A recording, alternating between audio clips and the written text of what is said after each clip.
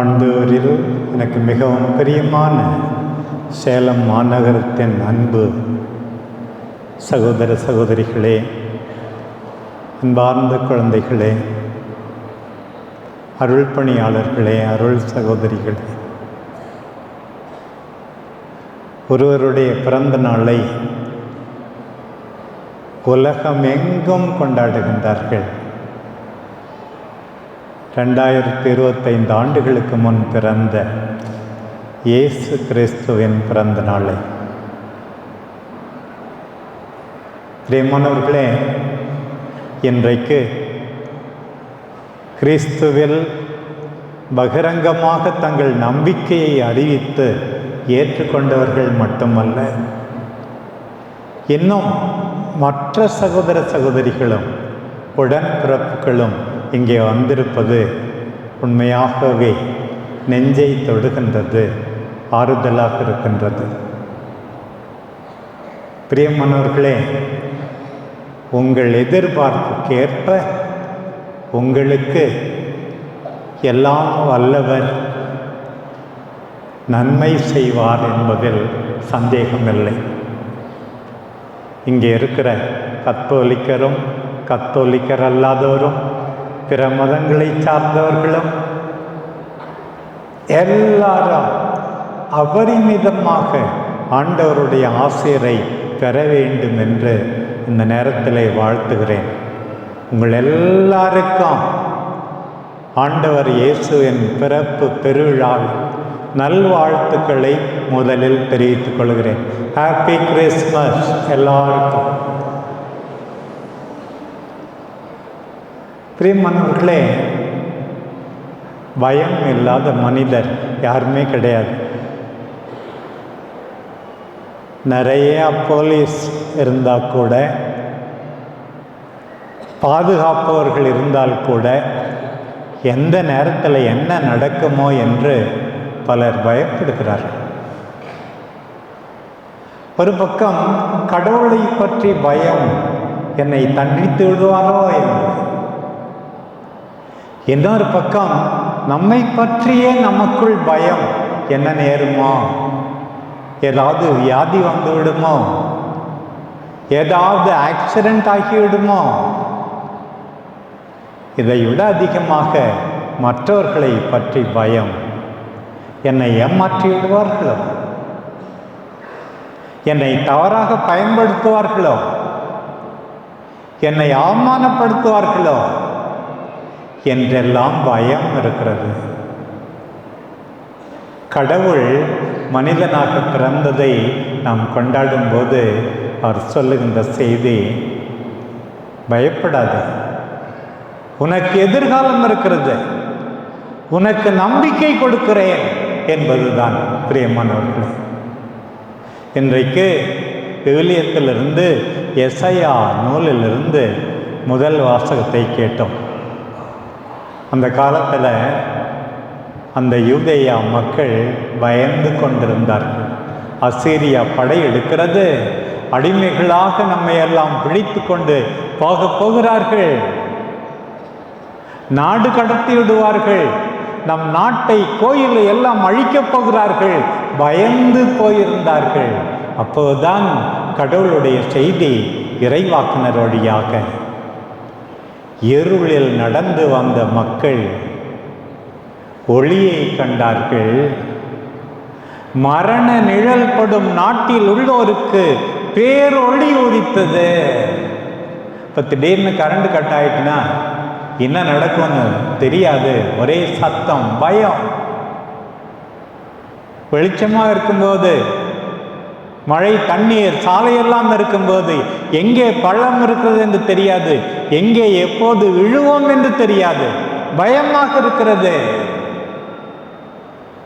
அன்றைக்கு அந்த மக்களுக்கு ஆண்டவர் சொல்லுகிறார், ஒளி ஒலிக்கிறது, பயப்படாதீர்கள், உங்கள் மகிழ்ச்சியை நான் பெரிதாக்குவேன். எப்படி அந்த மகிழ்ச்சி? அறுவடை செய்பவர்களுடைய மகிழ்ச்சியா? அந்த காலத்திலும் திருட்டு கொள்ளை அடித்தவன் வந்து பணத்தை எண்ணும்போது எவ்வளோ மகிழ்ச்சியாக இருக்கும். அதுபோல மகிழ்ச்சியாக உங்கள் மகிழ்ச்சியை நான் அதிகமாக்குவேன். அப்பதான் செய்தியை பாருங்க. உங்களுக்கு ஒரு குழந்தையை கொடுப்பேன், உங்களுக்கு ஒரு மகனை கொடுப்பேன். எப்படிப்பட்ட மகன் தெரியுமா? வியத்தகு ஆலோசனையாளர், உனக்கு நல்ல புத்திமதி சொல்லுவார். வல்லமையுள்ள கடவுள், உன்னை பாதுகாப்பவர். பாருங்கள், அமைதியின் மன்னன்.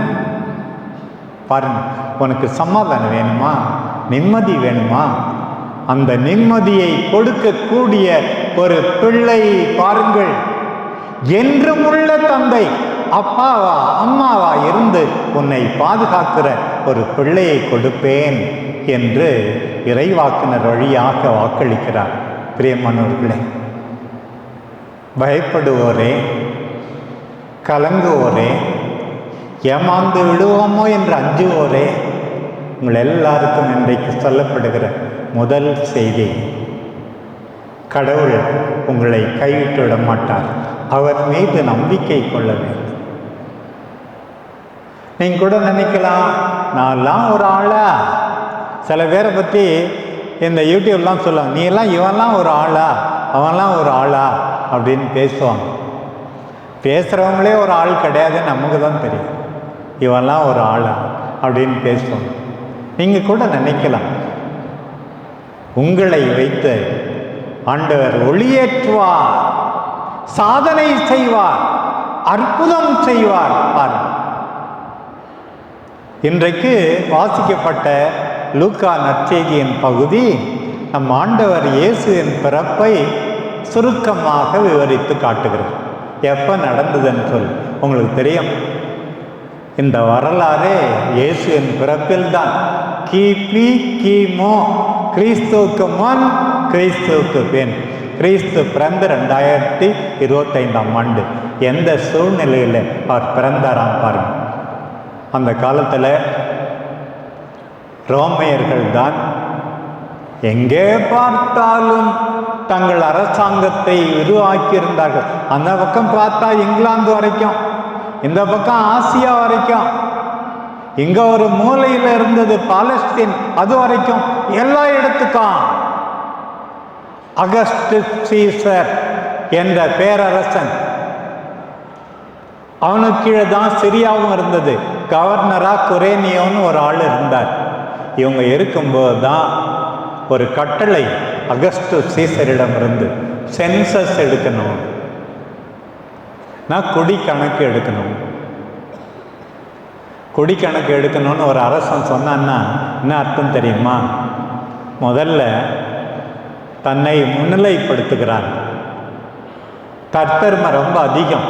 பழைய ஏற்பாட்டில் தாவீது ஒரு தடவை அப்படி சொல்லும்போது ஆண்டவருக்கே பிடிக்கல, ரொம்ப கோவப்பட்டார். எதுக்காக குடி கணக்கு எடுக்கிறாங்க?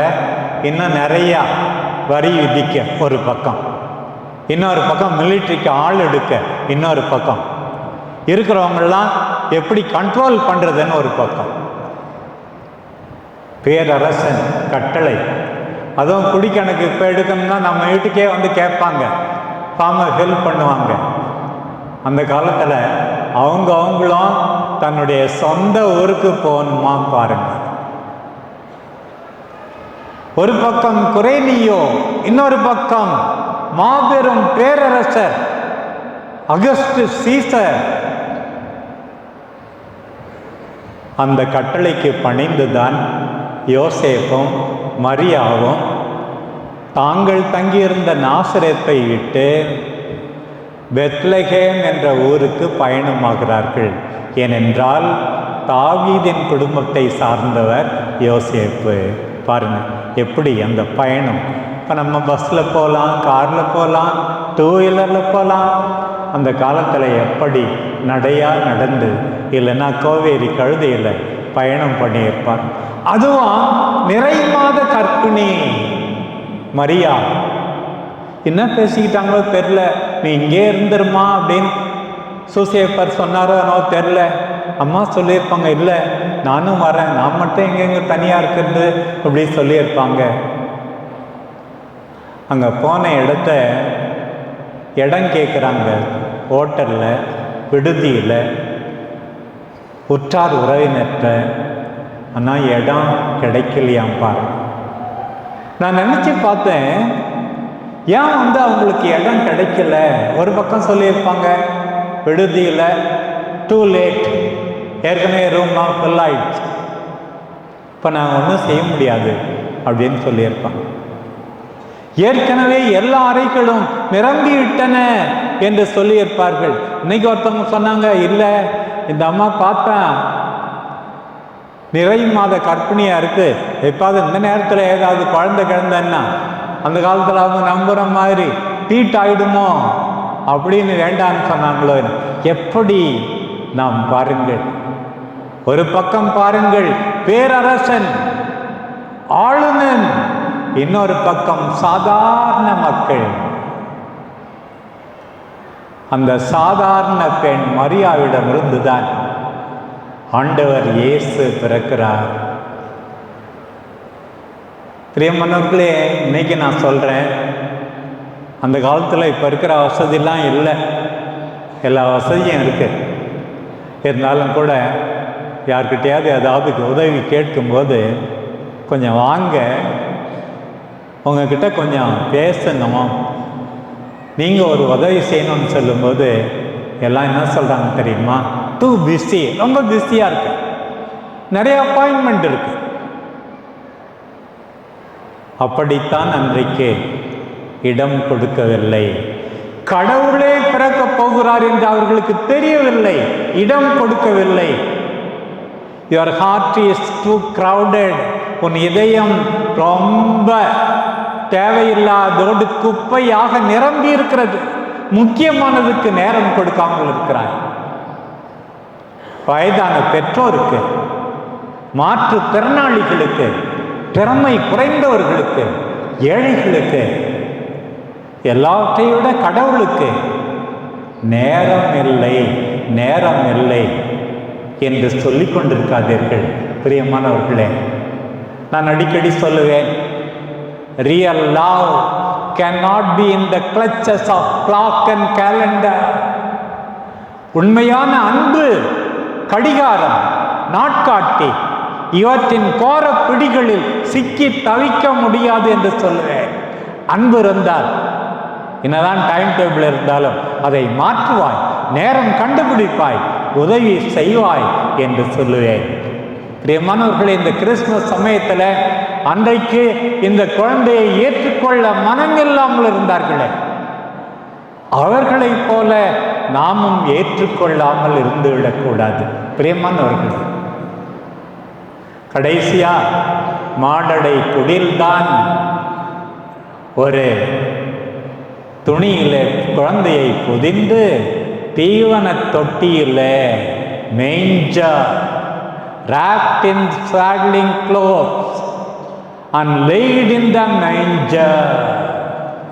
தீவன தொட்டியிலே அவர் கிடத்தப்பட்டார். பாருங்கள், பாதுகாப்பு இல்லை அந்த குழந்தைக்கு. ஒரு பக்கம் சீசர் அகஸ்துவனுடைய அரண்மனை இருந்தது, அங்கே கடவுள் பிறக்கவில்லை. இங்கே ஏழையாக பெத்லகேமிலே மாடடை குடிலிலே பிறக்கிறார். பாருங்கள், அப்பா அம்மாவுடைய பாதுகாப்பு அதுதான். கடவுள் எப்படி தேடி வருகிறார் பார். என் பிரியமான சேலம் சகோதர சகோதரிகளே, உங்களை தேடி ஆண்டவர் வருகிறார், உங்களை தேர்ந்து கொள்கிறார், உங்களால் இந்த சமூகத்தை உருவாக்குவார். நம்பிக்கை கொள்ளுங்கள், நீங்கள் தான் யோசேப்பு, நீங்கள் தான் மரியா. உங்களை நம்பி கடவுள் இந்த அருமையான குழந்தையை ஒப்படைக்கப் போகிறாய். பிரியமானவர்களே, அந்த பிறந்த ஊர் பெத்லகேம். பெத்லகேம் என்றால் அந்த வார்த்தைக்கு பொருள் அப்பத்தின் வீடு. ஒரு பக்கம் தீவன தொட்டி, மாட்டுக்கு தீவனம் அவர் கிடத்தப்பட்ட இடம். நமக்கு தீவனமாக அவர் பிறந்துள்ளார். இன்னொரு பக்கம் அப்பத்தின் வீடு என்ற ஊரிலே நமக்கு அப்பமாக மாறுகிறவர் பிறந்துள்ளார். பின்னாளில் ஆண்டவர் இயேசுவை பற்றி பைபிளில் படிக்கிறோம். கானாவூர் திருமணத்தில் அவங்க வீட்டுக்கு போனார். அங்கே திருமண விருந்தில் பங்கு கொண்டார், புதுமை செய்தார். சீமோனுடைய மாமியாரை குணப்படுத்தினார். அவங்க இவருக்கு சாப்பாடு போட்டாங்க. மார்த்தா மரியா வீட்டுக்கு போனார். பரிசேயன் சீமோன் வீட்டுக்கு போனார். நிறைய வீட்டுக்கு போனார். ஏன் உயிர்த்த ஆண்டவர் கூட எம்மாவுஸ் சீடர்களோடு அங்கே அவர்களோடு உணவருந்த போனார். உயிர்த்த ஆண்டவர் சமையற்காரனாக மாறி அந்த சீடர்களுக்கு மீன் எல்லாம் பொரித்து வைத்திருந்தார். எவ்வளோ பேர் கஷ்டப்படுறீங்க, போதுமான சாப்பாடு, போதுமான வீடு, உடுத்த உடை இல்லாமல். இவையெல்லாம் தருபவர் கடவுள். இதை தாண்டி நம் இதயத்துக்கு பசி இருக்கிறது, ஏக்கம் இருக்கிறது, கவலை இருக்கிறது. நம் இதயத்துக்கு உணவாகத்தான் ஆண்டவர் இயேசு என்பதை மறந்து விடாது. எளிமையாக பிறந்தார், ஏழையாக பிறந்தார். இன்னைக்கு எல்லாம் பாருங்க, நுகர்வு கலாச்சாரம்.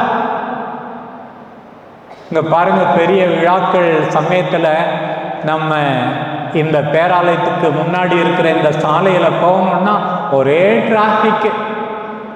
நான் மரவு நெறியிலேருந்து வேற ரோடு எடுத்து போறது உண்டு. ஏனென்றால் இங்கே இருக்கிற கடைகள் மக்களை கவர்ந்து இழுக்கின்றன. அவ்வளவு கூட்டம், பொருட்கள். நாம் பயன்படுத்தாத ஆடைகள் எத்தனையோ இருக்கின்றன. ஒரு வருஷமாக பயன்படுத்தாத ஆடைகள். ஆண்டவர் எளிமையாக பிறக்கிறார். அளவுக்கு மேலே பொருள் வைத்திருந்தால் அவனும் திருடனும் ஒன்றாகும் என்று பாடல். பாருங்கள், உன்னிடம் இருப்பதெல்லாம் உனக்கு தேவையா கேட்டுப்பார். பொருட்கள் தான் உனக்கு அமைதியை கொடுக்குமா? 1000 இருந்தும், ஏன் கோடி இருந்தும் நிம்மதியை கடவுள் தானே கொடுப்பார். பகிர்ந்து கொண்டால் தானே உண்மையான மகிழ்ச்சி. ஆண்டவர் உரைக்கிறார் பார். ஒரு பக்கம் பார்த்தால் ஏழையான தம்பதிகள் யோசேப்பு மரியா குழந்தையை பார்த்த வண்ணமே இருக்கிறார்கள். இன்னொரு பக்கம் ஆகாயத்திலே சம்மனசுகள். முதலிலே ஒரு சம்மனசு வான தூதர் அறிவிக்கிறார், அஞ்சாதீர்கள். பிரியமானவர்களே, இன்றைக்கு உங்கள் எல்லாருக்கும் நான் பகிர்ந்து கொள்கிற செய்தி, பயப்படாதீங்க, கடவுள் பார்த்துக்குவார். அஞ்சாதீர்கள். இதோ மக்களுக்கெல்லாம் மாபெரும் மகிழ்ச்சியூட்டும் செய்தியை நான் உங்களுக்கு அறிவிக்கிறேன்.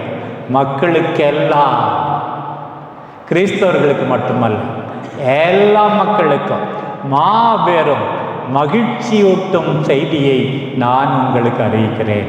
ஆண்டவர் மகிழ்ச்சி தருகிறார் பார். இன்று தாவீதின் ஊரிலே உங்களுக்காக மீட்பர் பிறந்துள்ளார். உங்களை காப்பாற்றுகிறவர் பிறந்துள்ளார். உங்கள் மீது அக்கறை கொண்டவர் பிறந்துள்ளார். குழந்தையாக மாடடை குடிலிலே பிறந்தவர் தான் உனக்காக சிலுவையிலே மரிக்கப் போகின்றார். அவர் பிறந்துள்ளார். வெற்றி வீரராய் உயிர்த்தெழப் போகின்றவர் பிறந்துள்ளார். இந்த செய்தி அறிவிக்கப்படுகிறது. உடனே பாருங்கள், இன்னும் ஏராளமான சமணசுகள் ஆகாயத்தில். இங்க பார்த்தா இயேசு குழந்தை அழுதுகிட்டு தான் இருந்திருப்பார், எல்லா குழந்தை மாதிரி. சூசேப்பரம் மரியாவும் அந்த குழந்தையை தாளாட்டி இருப்பாங்க. அவங்க ஒன்றும் பார்க்கல இந்த சமணஸ் எல்லாம். அங்க பார்த்தா ஏழைகளுக்கு, இடையர்களுக்கு, சமுதாயத்தால் ஒதுக்கப்பட்டவர்களுக்கு, அவர்கள் யூதர்கள் தான், ஆனால் புறந்தள்ளப்பட்டவர்கள், மதிக்கப்படாதவர்கள், அவர்களுக்கு இந்த செய்தி. நீங்கள் போய் பாருங்கள், குழந்தையை காண்பீர்கள். ஒரு குழந்தை துணிகளில் பொதியப்பட்டு தீவன தொட்டியிலே கிடத்தப்பட்டிருக்கும்.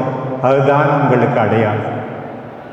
நிறையா சமணஸ் வந்தாங்களே, அவங்கெல்லாம் ஒரு பாட்டு பாடினாங்க. இந்த லூக்கா நற்செய்தியில் நிறையா பாட்டு. சக்கரியா எலிசபெத்தினுடைய கணவர் ஒரு பாட்டு பாடுறார். தினந்தோறும் காலை ஜெபத்திலே நாங்கள் அதை பாடுகிறோம், ஜெபிக்கிறோம். இன்னொரு பக்கம் சிமியோன் ஒரு பாட்டு பாடுறார். அருமையான பாடல். நான் மீட்பரை கண்டேன், எனக்கு வேற எதுவுமே வேணான்னு அந்த குழந்தைய கையில் தூக்கிய ஒரு வயசான தாத்தா பாடினார் ஒரு பாட்டு. இன்னொரு பக்கம் இந்த சமணஸ்கள் பாடுகின்றன பாட்டு, ரொம்ப சின்ன பாட்டு. மாதா ஒரு பாட்டு பாடினாங்க, மேக்னிஃபிகாட். ஒவ்வொரு நாளும் மாலை ஜபத்தில் சமணசுகள் பாடிய சின்ன பாட்டு, 2 வரி.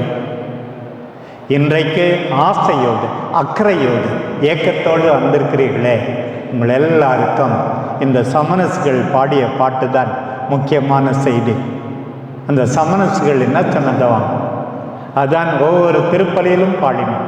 அதை பாடிதான் குழந்தை இயேசு பிறக்கிற அந்த நிகழ்வை கொண்டாடினோம். உன்னதங்களிலே கடவுளுக்கு மகிமை உண்டாகுக.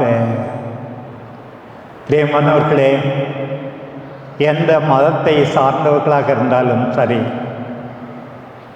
அவனின்றி அணுவும் அசையாது. கடவுள் மீது நம்பிக்கை கொள்ளுங்கள். கற்றதனால் ஆய பயனின் கொல் வாளறிவன் நற்றாள் தொழாதேனேன் என்றார் வள்ளுவர். பாருங்க, நீ படிச்சினே அப்படி அசனம், கடவுளை தொழவில்லை என்றால் உன்னுடைய படிப்பெல்லாம் குப்பை. நான் பார்க்குறோம் சில சமயத்தில், எனக்கே கடுப்பாக வரும். சில அரசியல் தலைவர்கள் திருக்குறளை மேற்கோள் காட்டுவார்கள். இந்த திருக்குறளை எங்கேயா போச்சு? கடவுளே இல்லைன்னு சொல்ற நீ திருக்குறளை மேற்கோள் காட்டுகிறாயே, நீ எப்படிப்பட்டவன்? உனக்கு சாதகமாக இருக்கின்ற திருக்குறளை மட்டும் நீ மேற்கோள் காட்டுவது நியாயமா என்று நான் நினைப்பதுண்டு.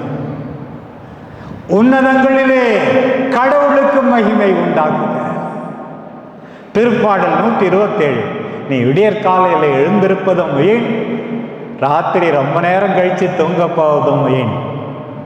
ஆண்டவரை வீட்டை கட்டினால் ஒழிய கட்டுவோருடைய உழைப்பெல்லாம் வீணே.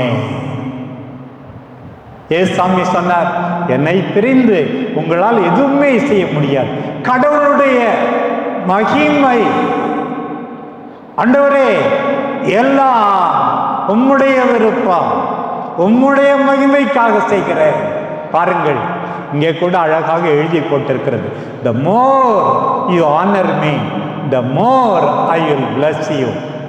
நீ என்னை மகிமை செய்ய செய்ய நான் உன்னை மேன்மேலும் ஆசீர்வதிப்பேன். கடவுளை தேடுங்கள், எல்லாம் வல்லவரை தேடுங்கள், உன்னதங்களிலே கடவுளுக்கு மகிமை உண்டாக்குக. கடவுளுக்கு மகிமை. இன்னொரு பக்கம், பூ உலகில் நன்மனத்தோர்க்கு அமைதி உண்டாக்குக.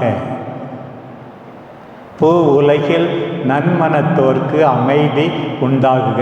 இந்த நன்மனத்தோர்க்கு, பர்சன்ஸ் ஆஃப் குட் வில், இப்போ அதிகார சங்கத்துக்கு பிறகு தான் அதிகமாக சொல்கிறாங்க. ஆனால் ஒரிஜினல் மொழிபெயர்ப்பு என்னன்னா, பூ உலகில் அவர் தயவு பெற்றவர்க்கு அமைதி உண்டாக்குக. பிரியமான என் சகோதர சகோதரிகளே, அன்பார்ந்த குழந்தைகளே, இளைஞர்களே, இளம்பெண்களே, ஆண்டவருடைய தயவு உங்களுக்கு இருக்கிறது. உங்களுக்கு நிம்மதி இருக்கும், அமைதி இருக்கும். இன்றைக்கு குடும்பத்தில் அமைதி தேவை, ஊரில் அமைதி தேவை. எல்லா மக்களும், எல்லா மதத்தவரும் நாம் ஒன்றாக வாழ முடியும். நாடுகளுக்கிடையே போர் வேண்டாம், சமாதானம் தேவைப்படுகிறது.